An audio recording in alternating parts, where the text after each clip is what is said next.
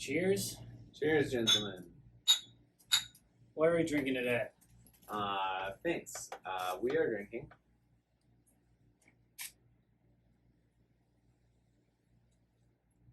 wildflower sour. Hazy wildflower. Hazy wildflower sour. Thank you. And we're with Brandon, our brewer, head brewer. Brandon, Welcome. good to see you. Thank you, you too.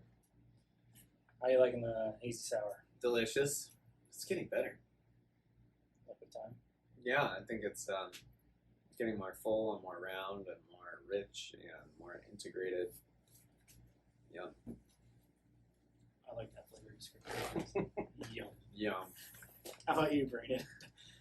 Yeah, I think it tastes great. It's sharp and lactic, but kind of creamy too. Not unlike yogurt. Kind of a yogurty flavor in a good way. We got our lab results back, and we sent it into ETS, Enological Testing Services, and the lacto is like 1.5 million to the Saccharomyces cerevisiae is like 250,000. So the lacto outnumbers at like 7 to 1. Pretty low. What does that mean What does that mean? for the average Joe out there listening? That there's a lot of lactobacillus in this. Yeah. So during fermentation, when we do cell counts, there was a ton of Saccharomyces and very little lacto. And as fermentation has basically ended, somehow, somewhere, lacto just exploded and is taken over. Yeah, but I think it's tasting delicious. Yeah, I agree. Going in the right direction. I agree. We're here to talk about, I hope I pronounce this right, Kvasir. Kvasir. Yeah. Today. People can call it Kvasir, like KV. It's spelled Kvasir. It's a Scandinavian word which talks about one of the ancient gods of the Norse people. It's a recipe that Dogfish had developed in 2013 after working with Dr. Patrick McGovern from University of Pennsylvania, who's a molecular archaeobiologist. So they would go to different burial sites, find the drinking vessels that were in the burial sites, find the dust on the drinking vessels, and then using modern science be able to take a stab at what was the liquid in these drinking vessels that these people were buried with.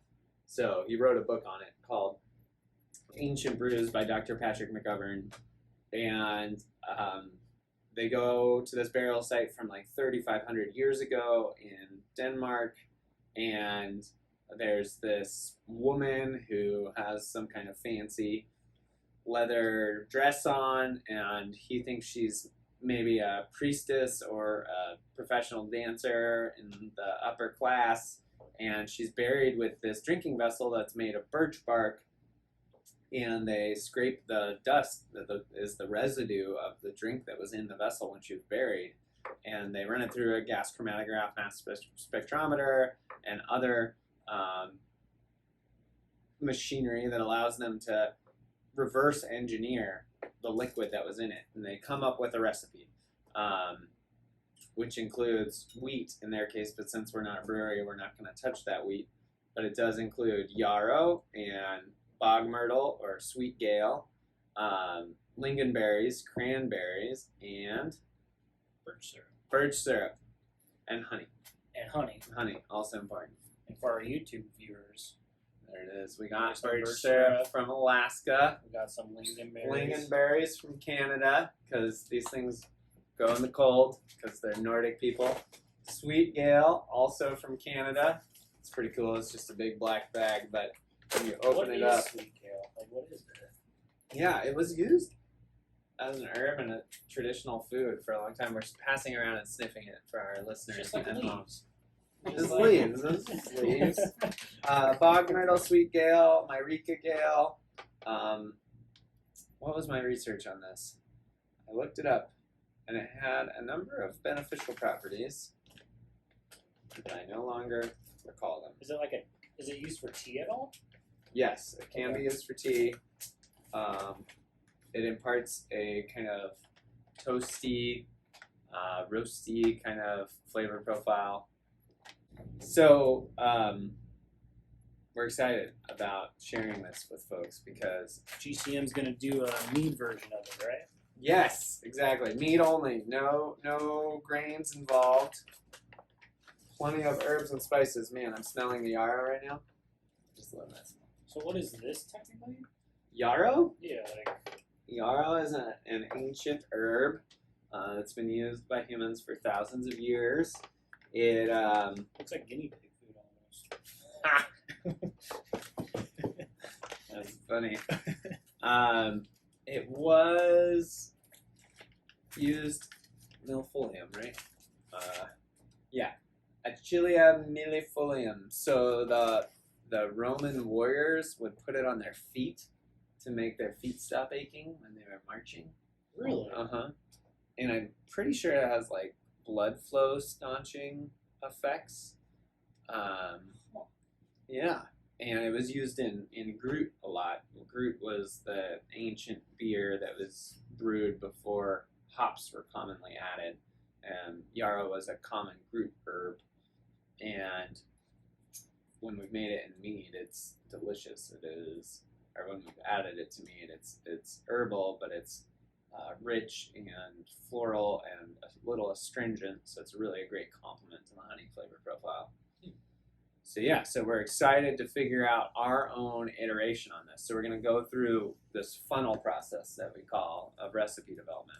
I think it's interesting before we get into the funnel process. Like, we're literally chasing history with this brew in the sense that, like, we want to replicate what they were doing in Norway, Denmark.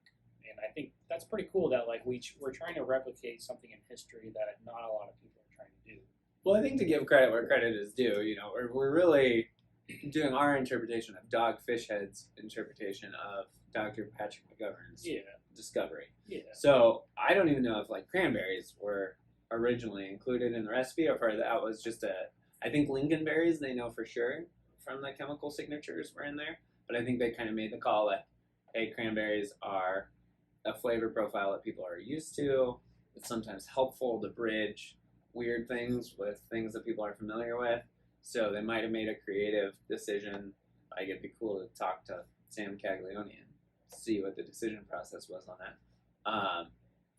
But they have cranberries in it, and I am unclear on whether the historical recipe actually has cranberries. So if we're going to include cranberries, it's really like we're interpreting Dogfish Head's work more so than we're straight up interpreting Patrick McGovern's work. Fair enough. But, I mean, we're using both of them to some degree with what we're starting off with, and then we're going to come up with something that we like here, and hopefully everyone else likes out there. Yeah, and if it inspires other meaderies to do their own version of Kvasir, I think that would be rad. Yeah. You know, to have like a micro category of like, hey, do you make a Kvasir, and can be able to compare them across meaderies would be really fun. Yeah. Bring it back. Bring it back. That's right. Says Brandon Uhl, whose name means beer in Norwegian, right? Do you know if there I've heard. Do you know of like any like cultural significance to the drink historically that played out? Mead has a lot of cultural significance in Scandinavia. A lot of the stories and myths include the gods, who are very present in their cultures, drinking mead, celebrating with mead, creating sacred contracts with mead. Like in this case, Kvasir was this god who is the offspring of the Einir and the Vanir, which are like two different classes of gods, but his job was to cruise around and teach people things. And he got killed by these two dwarfs who brew a mead out of his blood. Yeah. Are you serious? Yeah, which like there's different interpretations of that story, that like he was one of the ogres that were there at the creation of the universe, I've heard, but no, he's actually the offspring of the Aesir and the Vanir, which makes him kind of a unique being in the universe. And either way, they make this mead out of his blood, and it's called the mead of poetry, and this ogre like guards it jealously, and Odin, the like Zeus of the Norse pantheon, the all-father, he hears about this and like takes this epic quest to go get it. But along the way, he like falls in love with the ogre's daughter. So he both woos her and tricks her father and ends up killing him and stealing the mead of poetry and winning her over, but this doesn't make his wife happy. Anyways, there's a lot of layers to the story, depending on where you enter the story and who's telling it. But Mead is epic, and Odin says in the Runa Hall, "A drink I took of the magic mead," after he gets it, and he drinks this mead, and he says, "I began to know and to be wise, to grow and to weave poems," which to me has a lot of rad cultural meaning. Yeah, that's pretty cool. So, is that where the recipe stems from and the name stems from? Is that story essentially? Apparently, they took his blood. Well, they took inspiration from that.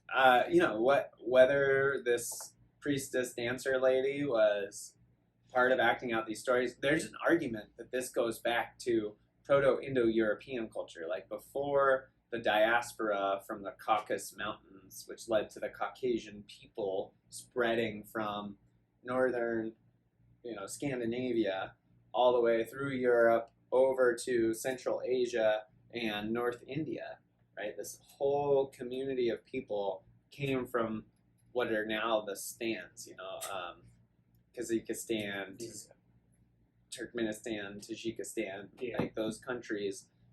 There's this Proto-Indo-European culture there, and all the languages that spread out from there. There's also this core mythological religious root. And in India, there's a story of what's his name? He's like the sun god stealing the soma, which is the drink of the gods, as an eagle, which is the form that Odin takes when he steals the Kvasir.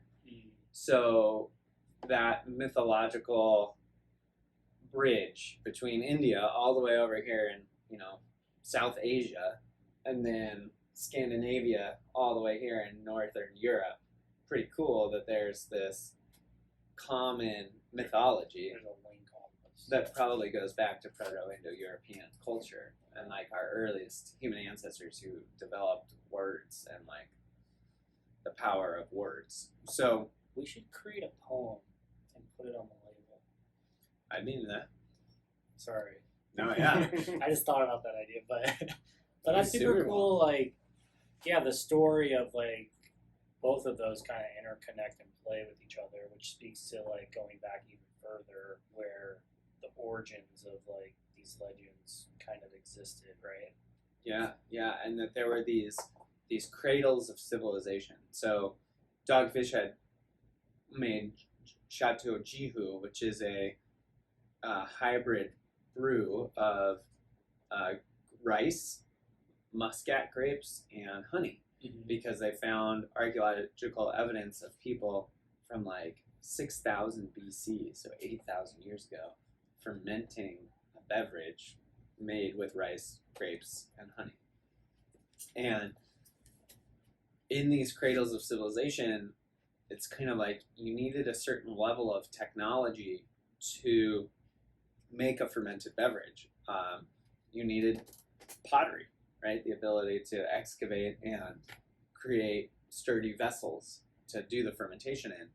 I mean, they might have been drinking out of animal skins and woven baskets before that, but those all decay, right? We don't have any archaeological evidence of that, so who's to say exactly what was going on before pottery and fermentation started to coexist. But I just find it very interesting that different cradles of civilization have different drinks, and there are stories associated with them, and we're rediscovering them now, and in a way reconnecting with that ancient history that is a part of our reality. Yeah, I think that's super cool. Yeah. And I think that's a good transition into like how we're gonna approach this. I know you mentioned that we aren't going to use grain, but we're going to try to stay true to the rest of the recipe. Cranberries are iffy, but kind of take us through how we're approaching that. Cool, yeah, our recipe development process, we call it the funnel process. There's kind of the top of the funnel, the middle of the funnel, and then the end of the funnel. So at the top of the funnel, we're just getting a sense for what works, what should be included as we start to refine the recipe to achieve our desired end state. And it's a pretty sketch style of processing, right? Like when you're doing a piece of art, you want to sketch something out before you really start to committing to lines. So we take some jars and we fill them with mead, and then we take ingredients that we think will work well together in rough proportions, and we just start to throw them together, let them soak overnight, and then come back and taste them and see if the combination has some promise to it. Like there's going to be a direction we can take this to make it a really refined, delicious thing. So that's the top of the funnel. Once we come back and we start to taste things, we start to see, okay, these are working well together, these aren't. We focus on the ones that are working well together, and in the middle of the funnel, we start to dial in proportions. So this much of this ingredient, this much of this ingredient on this base versus this much of this ingredient and this much of this ingredient on this base. And then we start to really like play with time as well, because that's a huge variable. How long is the mead extracting? Because we're typically adding this to a finished mead. Fermenting ingredients in primary is a whole nother level of complexity. And while it's possible to do it really well, and a lot of people do it really well, we like to focus on our core honey-based meads and then adding things to them. It allows us a lot more creativity, a lot more speed in creating a new experience and a new product. And then hopefully in the future we'll be able to like really dial these things in and get the primary fermentation version as well. But that's a ways out, to be honest. So Brandon, what are you excited to try in the top of the funnel? Lingonberries. My limited experience with these in mead is that they're amazing. They taste, I mean, they're like more cranberry than cranberry. So my gut instinct is that if it's going to turn out really well, then I think the lingonberries are going to be doing a lot of the Or deliciafying. deliciafying. I think you just made up that verb. I did. Yeah. Have you smelled this stuff? No. Yeah, he's opening the birch syrup right now. So have we started the top of the funnel at all, or we haven't done that No, yet? we're hoping to do that. Oh, that's different. Yeah. What do you smell? Beef jerky? You get a Teriyaki? teriyaki, a little woody. Well, obviously, but more woody than maple syrup is. Yeah. Pretty cool. I think that would go good on sourdough pancakes and smoked salmon. That's what the label says. I was like, that sounds great. Yeah. Shout out to sourdough pancakes. And there's like different runs of the birch syrups, different times of We the were season. asking about that, yeah, that's the late run. Yeah. Does that mean it's like more sugary and concentrated, or? And the most flavorful, yeah. The other stuff is more golden and subtle. All right, so what mead are we gonna use to start off? What do you guys think is gonna be the best like base to use? Wildflower Dry is my gut. So we've got this clean, delicious honey backbone that has some alcohol and some complexity, but it's gonna be able to, I think, hold and amplify and integrate these sweet, floral, fruity, caramely characteristics from the lingonberries and the birch syrup, but then it's gonna the herbaceousness of our dry wildflower is gonna be a backbone for the yarrow and the sweet gale to then hopefully bring them all together. That makes sense. And do you feel like this is gonna be like you're gonna try to balance the stool with the mead, or do you feel like it's gonna be one of those more complex ones where you're trying to integrate background notes to all put together this one unifying theme of the drink? Great question.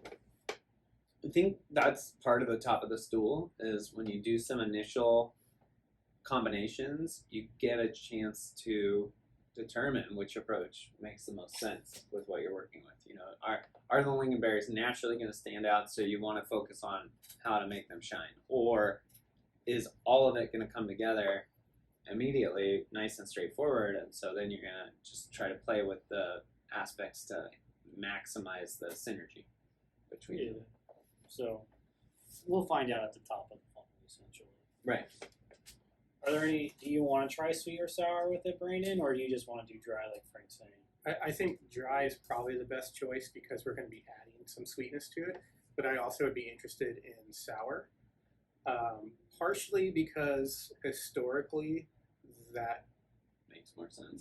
that it has wild yeast and bacteria, Yeah. and I think that the sourness is going to like help sort of stand up to the herbal and like some of the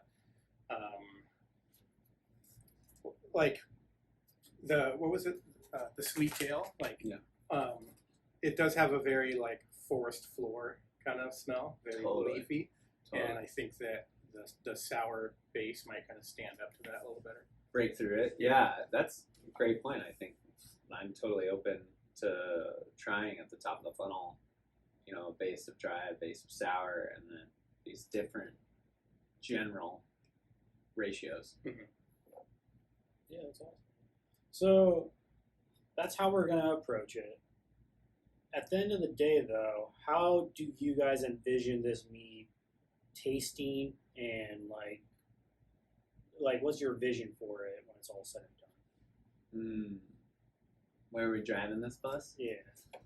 I mean, that's great because immediately my thought goes to a flavor profile that we're trying to achieve. But I think from 11 years of experience in doing this, if you start there, it's like trying to take a square peg and like pound it into whatever hole you're going to end up with. And that's just kind of violent and problematic. You know, it's like better to be like, what kind of peg do I have? And be kind of blind, you know, and then like, well, so ultimately end state that we're trying to achieve is like someone sipping this, hearing this story, tasting it, going, holy shit, holy smokes, I've never tasted anything like this. You know, and I get it. Like, okay, you're saying this is made with lingonberries and bog myrtle and birch syrup and yarrow and honey. What? Like, wow, this isn't, and like our Scandinavian ancestors, or if you don't have Scandinavian ancestors, ancient Scandinavian people who like sailed across the world, you know, with a wooden boat and a stone for a compass. Like, this is what they were drinking? That's rad. I think that's the interesting aspect to it, is that we weren't sitting around thinking, hey, you know, I really like lingonberries. What do you think would go well with those? And you're like, well, you know, I've always wanted to do, you know, yarrow. And this wasn't, we thought of this. This was, they were doing this 3,500 years ago. So now we're going to, like, I think we're going to be surprised by the result, rather than us having an intention that we're moving towards. And we get to take our artistry, creativity, craftsmanship, craftspersonship, and move it towards like our optimal interpretation of these kind of limiting factors, which is rad, right? It's like, do a piece of art, but don't use the medium that you're usually used to be using. Use a different one.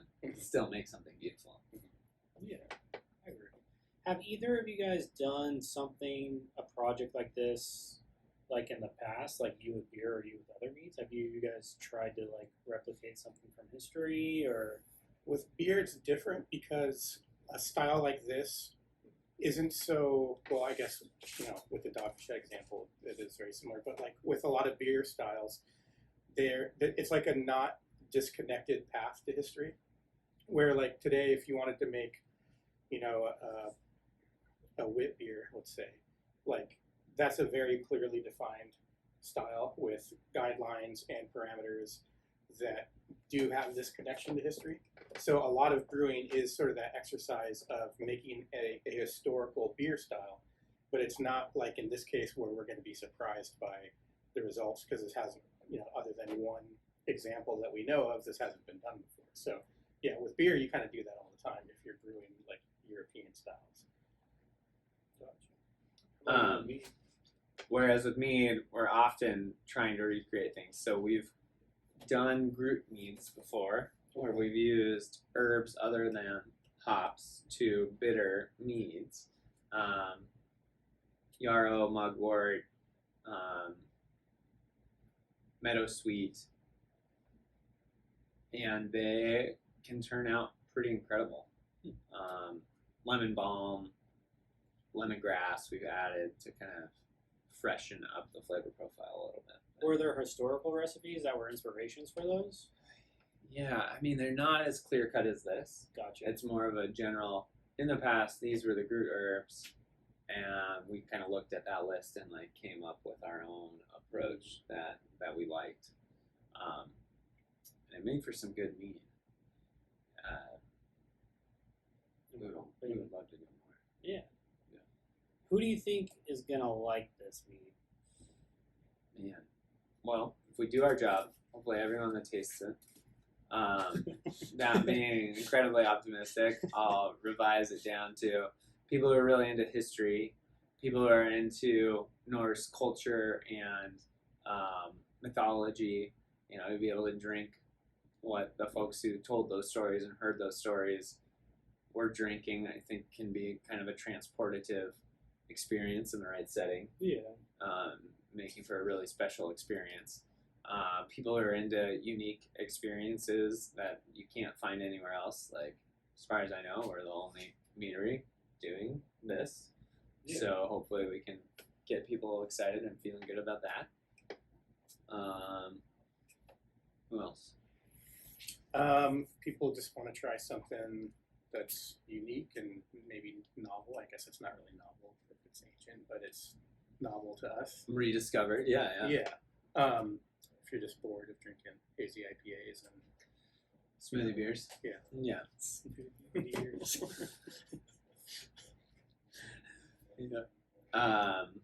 do you think's gonna like it?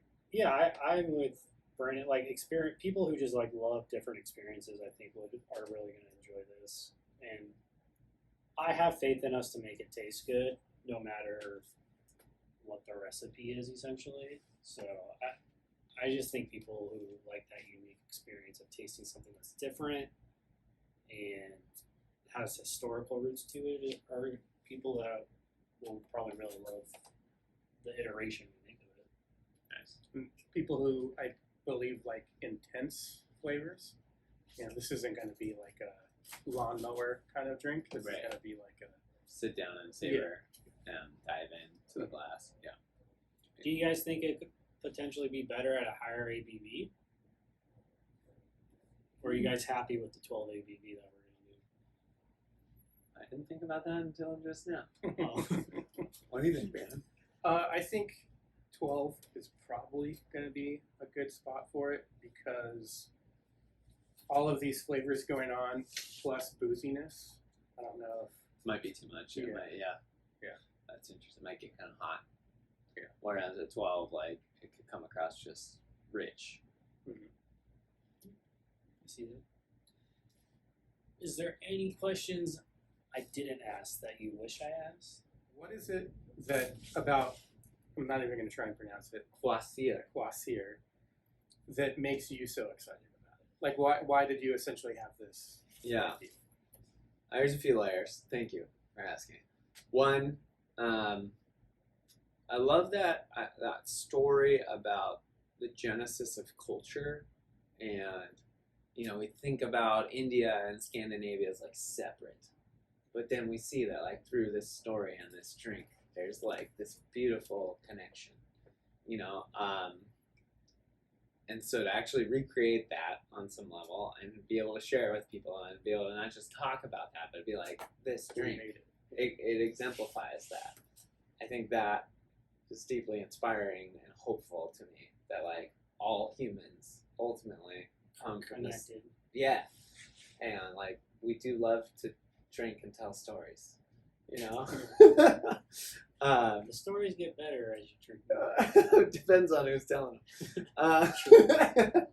And there's an optimal level wherein if you drink too much, the stories fall off. But that's where the music and the dancing gets to take over. So I'm excited about that, about bringing people together over something that's potentially rooted in a deep historical reality, and in that, understand some deeper aspects of our human reality. Also, I do have Scandinavian ancestry. Kind of makes something tingle inside me that's deep and ancient and mysterious that I get excited about when I go that place.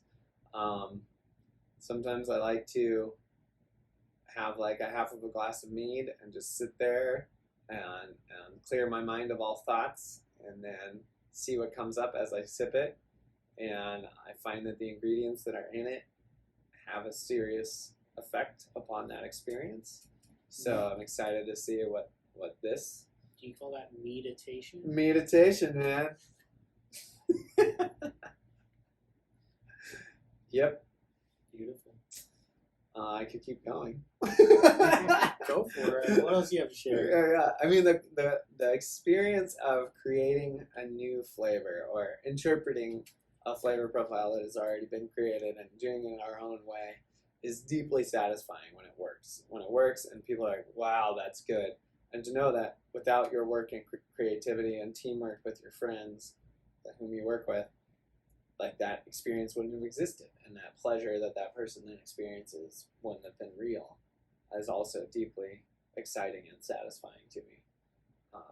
So all these reasons, the historical, the mystical, the creative, and the immediate delivery of pleasure to other people make me excited about it. Love it. All right.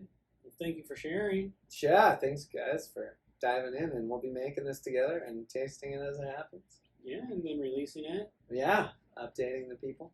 And hopefully have it online for everyone too to order. It's probably going to be a local thing for a while. If it does well. Yeah, if it does well, then we'll look at shipping it to our 38 states. All right. Well, you guys can cheer. My glass is empty. Cheers. Cheers.